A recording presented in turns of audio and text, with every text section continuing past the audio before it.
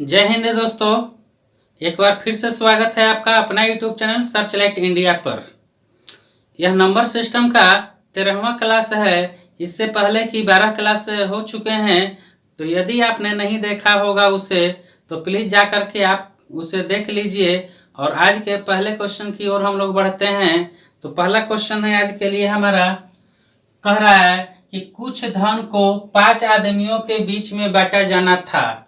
जब उसी धन को 8 आदमियों के बीच में बांटा जाता है तो प्रत्येक आदमी को 12 रुपए कम पड़ते हैं। यानी कि कोई अमाउंट है, निश्चित अमाउंट है, कोई धन है, उस धन को 5 लोगों के बीच में बांटना था। लेकिन उस धन को जब 8 लोगों के बीच में बांटा जा रहा है तो प्रत्येक के हिस्से में 12 रुपए की कमी हो जा रही है। तो ये तो स्वाभाविक सी बात है कि कोई निश्चित धन है, यदि उस धन को कुछ लोगों के बीच में बांटा जाना है, 5 लोगों के बीच में बांटा जाना है, तो जैसे जैसे लोगों की संख्या बढ़ेगी वैसे वैसे हिस्से पर कम होते जाएंगे।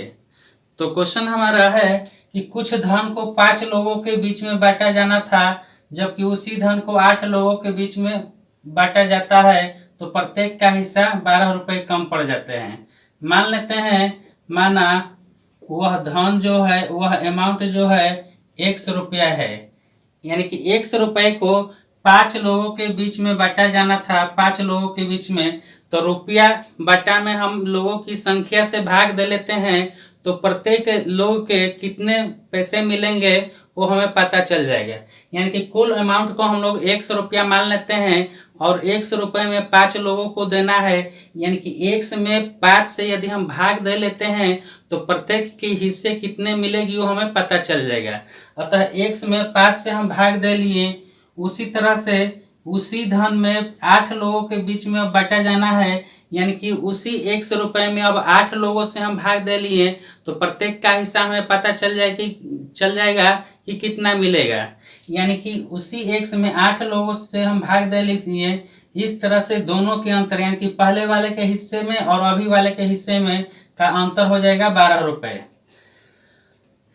बटा में हम एलसीएम ले लेंगे, 5 और 8 का एलसीएम ले लेंगे तो 40 हो जाएगा। यानी कि 8x माइनस 5x बराबर 12 हो गया। तो 8 में से 5 निकल गया, यानी कि 3x बटा में 40 बराबर 12। 3 से कट गया 12 4 बार में, इसलिए x बराबर हमारा हो गया 160 रुपया। यानी कि वह धन हमें मिल गया है 160 रुपये। यानी कि 160 रुपये को 5 लोगों के बीच में बांटा जाना था, किंतु 8 लोगों के बीच में बांटा गया तो प्रत्येक के हिस्से में 12 रुपये की कमी हो जाएगी। अतः हमारा फाइनली आंसर जो है 160 रुपया आ गया, जो कि हमारा फाइनली आंसर हुआ।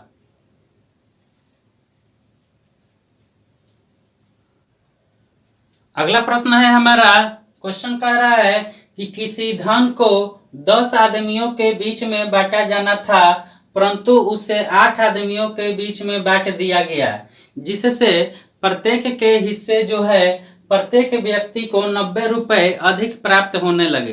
तो वह धन क्या होगा, वह अमाउंट क्या होगा पूछा गया है। तो उस अमाउंट को हम लोग मान लेते हैं x, माना धन बराबर 100 रुपया। हम मान लेते हैं कि वह धन जो है 100 रुपये है।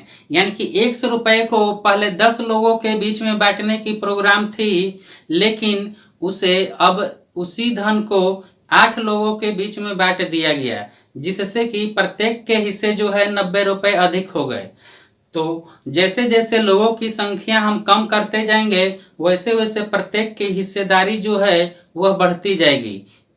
और उसी तरह से जैसे जैसे हम लोग लोगों के बीच में लोगों की संख्या को बढ़ाते जाएंगे वैसे वैसे जो हिस्सेदारी होगी लोगों की वह कम होती जाएगी। अतः जब 100 रुपये थे उसमें उसी 100 रुपये में 10 लोगों के बीच में बांटा जाना था। यानी कि रुपया में यदि हम लोगों से भाग दे लेते हैं, लोगों की संख्या से भाग दे लेते हैं, तो प्रत्येक लोगों को कितने रुपए मिलेंगे वो हमें पता चल जाएगा। यानी कि 100 रुपये में 10 लोगों के बीच में बांटे जाने की प्रोग्राम थी, लेकिन अब उसी 100 रुपये में 8 लोगों के बीच में बांट दिया गया। इस प्रकार से प्रत्येक लोगों को 90 रुपये कम मिल रहे हैं। यानी कि x रुपए में 8 लोगों के बीच में बांट दिया गया। तो यहाँ पर हम लोग ध्यान यह देंगे कि x बटा में 8 है, यानी कि अधिक वाले में से कम वाले को हम लोग घटा लेंगे, तो दोनों का अंतर जो है 90 रुपए रख देंगे बराबर में 90 रुपए। यानी कि x बटा में 8 है यहाँ पर और x बटा में 10 है, तो यहाँ पर अधिक कौन हुआ, तो x बटा 8 हुआ। यहाँ पर कम लोग है, यानी कि प्रत्येक की हिस्सेदारी यहाँ पर ज्यादा मिलेगी। और उसी तरह से यहाँ पर जब लोगों की संख्या बढ़ गई तो प्रत्येक की हिस्सेदारी होगी जो कम होगी, यानी कि अधिक वाले में से कम वाले को हम लोग घटा लेंगे। तो x बटा 8 जो है अधिक हुआ x बटा 10 से, अतः x बटा 8 में से x बटे 10 को हम लोग घटा लेंगे और उसी का अंतर जो है 90 रुपए रख देंगे, बराबर 90 रुपए रख देंगे। 90 रुपया हो गया।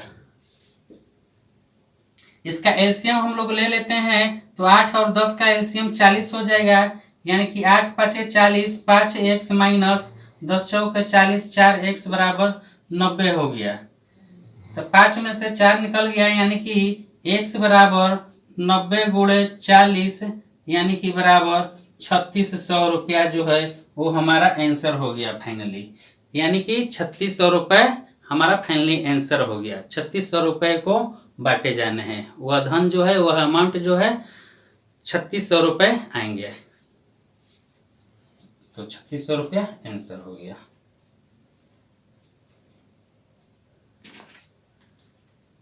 अगला प्रश्न है हमारा, क्वेश्चन कह रहा है कि दूध से भरे बर्तन का भार 32 केजी है तथा दूध से आधे भरे इसी बर्तन का भार 19 केजी है, तो बताएं कि बर्तन का भार कितना है।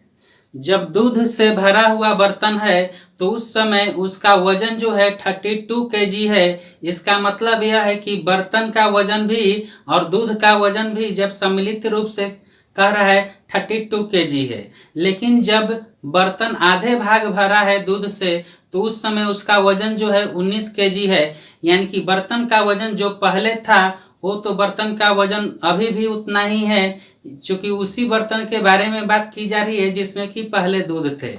उसी बर्तन में अब आधे भाग दूध है, यानी कि बर्तन का भार यहाँ पर जितना पहले था उतना भार अभी भी है। बर्तन के भार में कमी या ज़्यादा नहीं हम लोग कर सकते हैं, क्योंकि वो उसी बर्तन के बारे में बात की जा रही है। लेकिन दूध जो है आधे भाग ही भरे हैं, अतः दूध पहले से आधा हो गया है।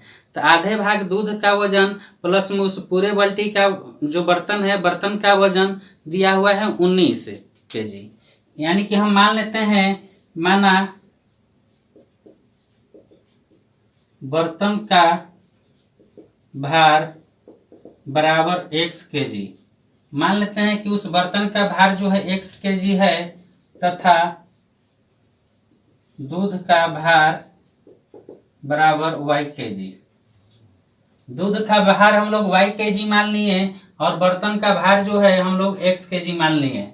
तो क्वेश्चन में कह रहा है कि दूध से भरे बर्तन का भार 32 केजी है, यानी कि इसमें दूध प्लस बर्तन का भार दोनों शामिल है। यानी कि दूध का भार x केजी है, x प्लस y केजी, बर्तन का भार x केजी और दूध का भार y केजी, दोनों मिल करके 32 केजी हो गया। एक हमारा समीकरण बन गया। उसी तरह से कह रहा है कि जब बर्तन आधे भाग भरी है तो उस समय बर्तन का वजन जो है उस समय 19 केजी हो रहे हैं। यानी कि बर्तन का वजन जितना पहले था उतना अभी भी है। बर्तन का वजन x केजी माने थे, x केजी रह जाएगा, लेकिन दूध जो है पहले से आधा ही है। पूरा बर्तन जो है नहीं भरा है, बल्कि आधे भाग ही भरा है बर्तन का, इसलिए दूध को हम लोग आधा कर दिए, यानी कि y बटा में 2 कर दिए बराबर 19 केजी। तो इस तरह से जब हम इसका एलसीएम लेते हैं, तो 2 हो गया, यानी कि 2x प्लस y बराबर ये हो गया 19। तो 2x प्लस y बराबर 19 दूना के 38 हो गया। समीकरण हमारा 2 बन गया। अब इसे देखते हैं, समीकरण 1 आपका है x प्लस y बराबर 32। उसी तरह से सेकंड समीकरण हमारा बना 2x प्लस में y बराबर 38। पहला समीकरण x प्लस y बराबर 32, उसी तरह से 2x प्लस y बराबर 38 हो गया। तो घटाने पर इसको हम लोग घटा लेंगे, दोनों समीकरण को एक दूसरे में से घटा लेंगे। तो हम जानते हैं कि घटाने पर जो है चिन्ह बदल जाता है, यानी कि यहाँ पर प्लस है तो माइनस हो जाएगा, यहाँ पर भी प्लस है तो माइनस हो जाएगा, यहाँ पर भी प्लस है तो माइनस हो जाएगा। अब इस तरह से वाई वाई कट गया प्लस माइनस, तो बच गया आपका 2x में से x को घटा लेंगे, यानी कि माइनस वाला चिन्ह अधिक है चूंकि, इसलिए माइनस एक्स बराबर 38 में से 32 को घटा लेंगे, माइनस वाले अधिक है यानी कि -6। इस तरह से माइनस माइनस कैंसिल हो गया और x बराबर हमारा हो गया 6 kg, यानी कि उस पूरे बर्तन का भार जो है 6 kg हमारा फाइनली आंसर आ गया।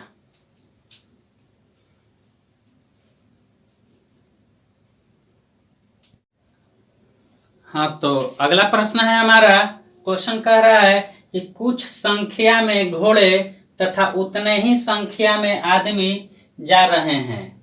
आधे आदमी अपने घोड़े पर बैठे हैं जबकि शेष अपने घोड़े को नियंत्रित कर रहे हैं और साथ साथ चल रहे हैं। यदि जमीन पर चल रहे पैरों की संख्या 70 है तो घोड़े कितने हैं? क्वेश्चन कहा जा रहा है कि कुछ संख्या में घोड़े हैं और उतने ही संख्या में आदमी भी कहीं पर जा रहे हैं। आधे आदमी जो है घोड़े पर सवार है, यानी कि घोड़े के ऊपर उसके पीठ पर बैठे हुए हैं, जबकि शेष रह गए आधे आदमी जो है वह घोड़े के साथ साथ पैदल चल रहे हैं। तो इस प्रकार पैदल चल रहे हैं तो इस प्रकार जमीन पर कुल पैरों की संख्या जो है वह 70 है, यानी कि 70 है तो उसमें घोड़े के पैर भी शामिल है और उस व्यक्ति के पैर भी शामिल है जो घोड़े के साथ साथ चल रहा है, यानी कि पैरों की संख्या 70 दिया हुआ है। तो पूछा जा रहा है कि घोड़े की संख्या कितनी है। तो मान लेते हैं हम लोग, माना